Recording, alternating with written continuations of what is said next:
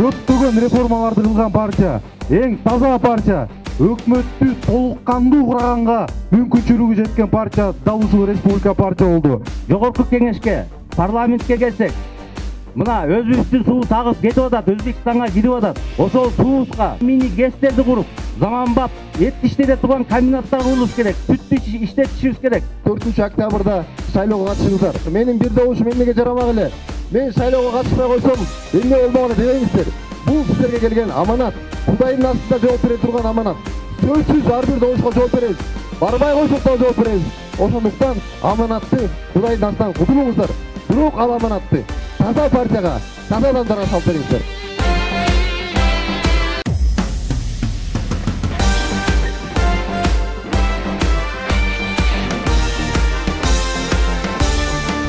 Сиздер билесиздер, мамлекетибизди ачайлы, мамлекетибизге көптөгөн туристтер келсин, мамлекетибизде келип алар иш орундарды ачылсын деп туруп, инвесторлорго, туристтерге шарт кылалы деп туруп, Республика партиясы эң биринчи жолу 44 мамлекет менен визаны алып салды. 4 октябрда шайлоо келе атат.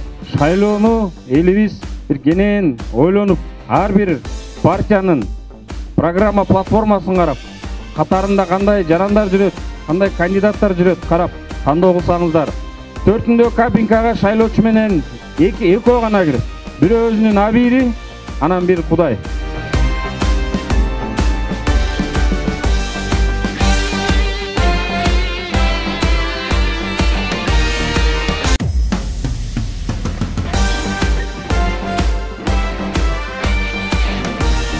Бизге 75 депутат жетиштүү.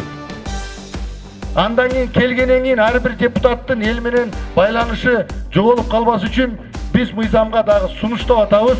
Дүйнөлүк тажрыйбага таянып, эгер иштебей жаткан депутат болсо, көңүлүңүздөргө, купулуңуздарга толбосо, 10 000 добуш менен кайра артка чакыртып алганга мүмкүнчүлүк болуш керек. Ошондо депутаттардын баардыгы жер менен тыгыз иштейт. Дагы бир кошумчалык кылып кетейин.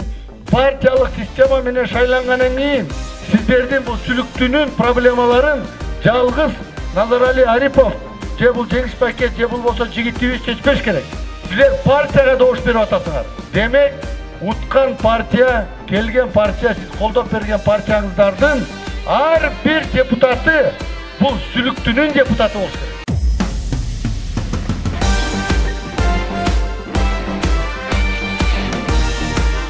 Провокацияга алдырбайлы. Ал мушташ жөндөн жөн болгон жок. Ошол себеп дегенде партиялар сапырып таркатып аткан арам акчалардын айынан болуп атат. Эгер ниеттериң арам болсо, акчаларың арам болсо, бүтүн жашооң арам болсо, анда жасаган ишиң да ошондой арам болот. Илгери ата бабаларыбыз эч жагы айтып койгон экен. Элине жараша бийлиги, эшегине жараша тушагы.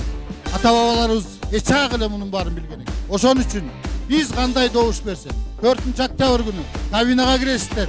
Ошол жерде бир Кудай таалам, анан сиздердин абийириңиздер болот. Эч ким ал жерден контролдой албайт, эч ким ал жерден карай албайт. Ал мыйзамсыз нерсе. Ошондуктан ушул жерде турган жаштар, аксакал аталарыбыз, апаларыбыз абийириңиздер менен шайлап берсеңиздер.